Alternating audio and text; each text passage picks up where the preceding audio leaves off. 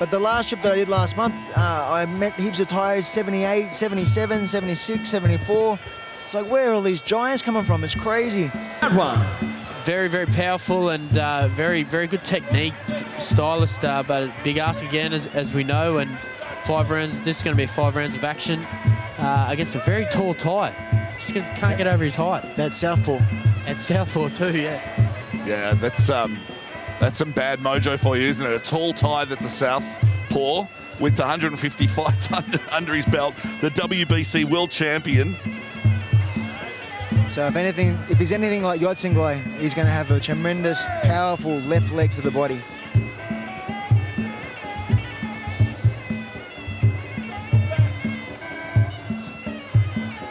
And this is just such a typical opening for a mature, well-experienced Thai fight.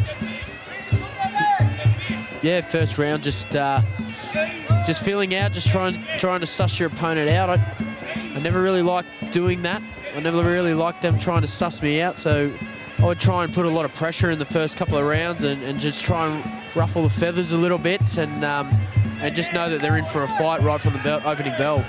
And so, you said, you're being observed, you're being judged, perhaps. Would you change your style? Would you change your speed, Daddy Cool? Like, would you slow down on purpose at the start just to try and lull them into a sense of... Me personally, no. I'd go out the gate 100 miles an hour trying to kill him. But I feel if 150 fights, if you're trying to mirror what he's doing, then you're falling into his game plan. And it can be dangerous. But at the end of the day, like this guy's a special kid as well. So and he's had a lot of fights in Thailand. He's fought a lot of good opponents. So it's just up and up for him. Wayne, where do you stand on this, mate? If it's a long fight, if it's a 5-rounder, do you like to start off slow and kind of just work your opponent out? I start a little bit faster than the Thai, but at the same time, I'm still having a look. I'm still trying to feel his power. In Thailand, I used to get asked a few times to actually lose the first round, so the Thais could put money on because you'd be the underdog then, and then get a higher odd. So sometimes I get in trouble if I'd won by second round knockout. I said, why did you knock him out so early? We didn't get a chance to put our money on. Overperforming. Oh, it was terrible. But there's no pressure with the gambling here in Australia. You can just go for it. No one's going to say anything different. A lot of times in Thailand too, they won't score the first and second round. They'll start scoring round 3, 4, and 5. There you have it, ladies and gentlemen. You learn something new every day. I think we've got a little bit of a split already on David, just above. Oh, nice little sharp elbow right at the end. Round 2. Round number 2, John Wayne.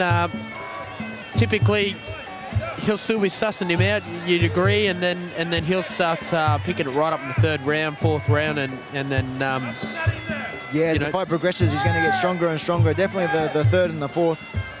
This round, he wants to stay safe. If David wants to use his hands, sort of take his mind off things, throwing punches in front of his face, then that way he can land the kicks more effectively. But if he just kick, the Thais are so good at just checking and blocking and teeping, it's hard to land flush.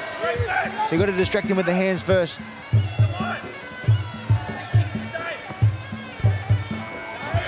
You can see how relaxed the Thai is every time David comes in. He just puts that forearm in front of his face and he can't quite land.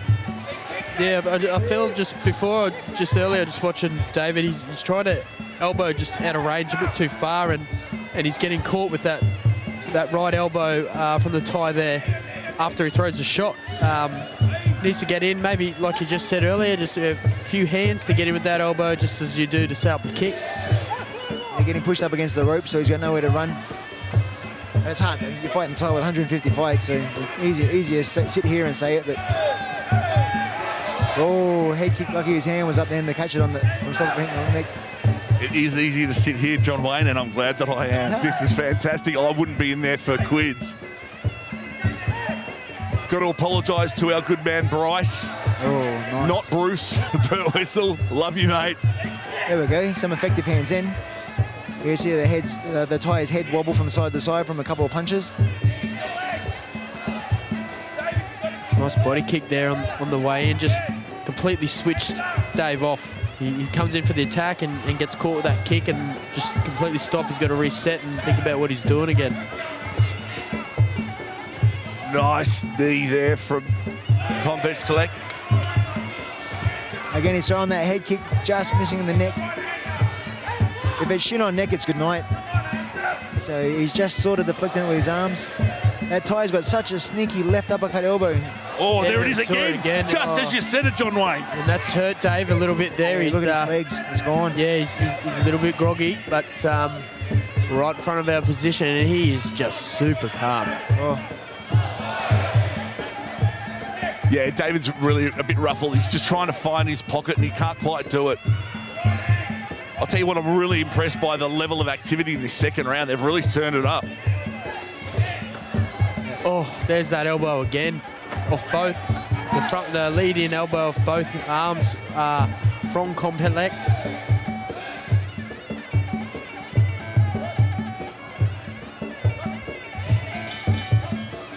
Oh, good round by the Ty. That's it of round number 2. I'm sure you're absolutely loving the action so far. We're coming down to the sharp end of this evening with David, Pennimpede and Kompetchlek, Fairtex. This is the third round. Oh, Nice little left hook from Dave there. How was that step up knee though? Jeez, he copped it right in the solar plexus. Just that Thai style, relaxed. Yeah, very relaxed and just, you know, you see him moving and sussing his rhythm out. That elbow again, it's just a very, very tall opponent. David's got to keep his chin down when he comes in, otherwise the Thai's going to take his head. He's just waiting for him. He puts his hands on his shoulders and lets that left elbow go every time. So dangerous, so fast.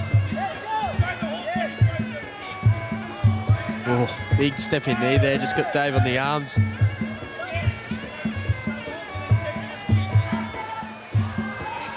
Here, Danny Jones, Dave's trainer. He's not too far behind Blair Smith in the corner, I'd say. He's very loud, very animated. The hardest part about throwing, the orthodox versus southpaw, you got to stick to basics. You can't afford to do the flashy stuff when it's someone against southpaw, because you only have a certain number of techniques that work. The right hand, left hook, lots of right kicks to the body, your right tips, your right knees, your right elbows. If you throw anything off the left, all you're going to do is encounter their tip, or their left hand's going to block it. So, and if you're not ready for it, those left kicks and those straight left punches just going to go straight down the center.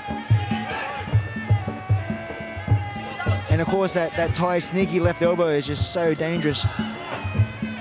Nice, quick, powerful low kick from. Oh, did you see Dave's head just rocketing everywhere? His eyes look like pinballs just rolling from side to side. Supreme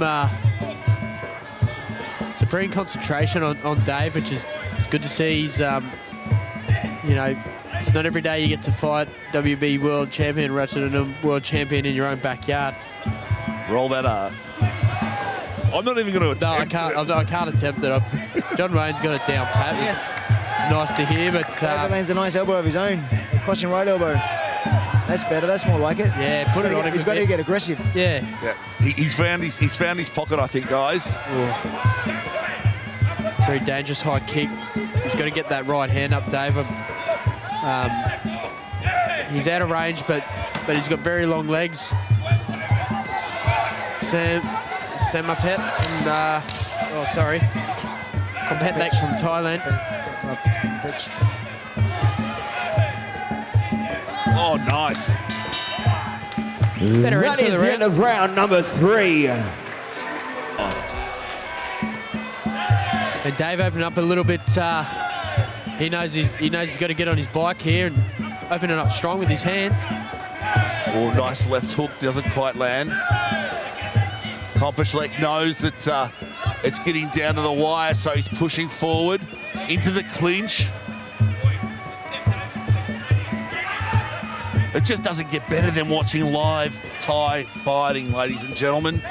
Get yourself to a show. Come and smell it, come and breathe it, come and live it. Yeah, the difference of being on the TV and being there live is you can feel the atmosphere in the room. You can gives goosebumps. That's it. The little hairs in the back of your neck stand up, and it's like, damn, this is crazy. And sometimes the atmosphere feels you too. Nice hands here from Dave. He's starting to grit into his mouth guard, and he's landing some good punches. It's a better round from him. I'm really liking that clinch. He's just got his balance right down low, center of gravity. Yeah, and taller opponent, always grab around the waist, and I'd grapple ties over in Thailand, and if they were shorter than me, because I was quite tall for my weight, they'd be rubbing their head in your face and getting it in your neck and just being an absolute menace. So it's good to see Dave tucking in close and grabbing around the waist. And it's such a testament to how mature he is as a fighter and how talented he is. Only 32 fights, and he's clinching with the tie. I mean, that's just unbelievable. And he's surviving. He's actually doing better than surviving. He's making the tie pay for being in that clinch. The Thais used to have a thing in the 80s where the Westerners didn't know how to check. So the Thais were just leg kick, leg kick, leg kick. And now we've evolved. We know how to check now. So now their next go-to is the clinch. They're so strong at it and they're so good at it. They've been doing it since they're 8 years old. So for us Westerners to finally evolve in that also and to be competitive in the clinch is a testament to how far Australia's come in the sport. It really has, and that's why we have roots. I mean, it gives everyone the opportunity as a novice, not professional, as an amateur, to get in the ring and really give it a go. And there's just so much talent across Australia. There are so many fantastic gyms. Just find out who's out there. I mean, go and talk to people, get into a gym, have a bit of a play with it. You'll find the place that you like. You'll find the people that you like. It looks like the Thai is a little bit tired. Kompetchlek, he looks like he's gassing a fraction. David, he's taken his best shots and he's still there. He's still competitive. Yeah, win, lose, or draw for Dave. He's got in with the top tie, the very top, the number one, and he hasn't looked out of place. End of round 4. Here we go, ladies and gentlemen. I think my co-commentators might be a little bit punch drunk. We're having good fun here in the commentators box. I tell you, get down to a show live. It's just so much fun. Shout out to John Bushy. Wish you were here, mate. Got to say thank you to Ladbrokes for bringing this awesome fight to us. And if you're ever in need of any flowers, big on flowers, Carlisle Street. So in Thailand, usually if they won the third and the fourth, they'll take it easy on the fifth. They'll just play the game. They'll lots of teeps. They'll play the ropes. They'll play it safe because they know they don't want to lose the punters that have put money on them. They don't want to let them do something silly and lose the punters' money. But they have to understand that they're in Australia now. They have to put on a show. They're not here to just win by gambling. They're here to entertain. And what an entertaining night we've had so far. Rebellion Muay Thai 20. Can't wait for the next couple of fights. We've got a great matchup at the end of the evening. It's a rematch. Jacob Benko and Toby the Weapon Smith. It's going to be another barn burner. But right now we've got David Pennimpede and Kompetchlek Fairtex taking it down to the wire. And like you said, John Wayne, just a lot of teeps, a lot of good movement. Lock on in the clinch. He don't throw much. He sort of he's got that leg up there, and then he throws the kicks, puts the cross block. It's beautiful to watch. Even though he's not trying to actively, kill Dave, he's very skillful. Dave's letting the hands go now. He knows it's all or nothing. He's got only a minute left. He's got to score. I don't think score. Not even just the knockdown. He's got to go for the knockout. Yeah, definitely. I think he's got to put him to sleep. But Kompetchlek, you have a chin like a granite bench, so it'd have to be a very good punch. And once again, he's got that push kick. He's applying pressure, but it's hard to get your shove and you can't get in. Yeah, and the Thai 150 fights too. You're tired, you're exhausted, you're halfway through the fifth round. You haven't got much left in the tank, so you just want to stay safe, stay on, not get cut, not get hurt. You've done enough to win. just wait for the final bell to go. Bryce is going to break them up. Moving back into the centre of the ring. Less than 20 seconds to go, ladies and gentlemen. The Ty's just tying up, waiting for the buzzer. David's still pushing forward.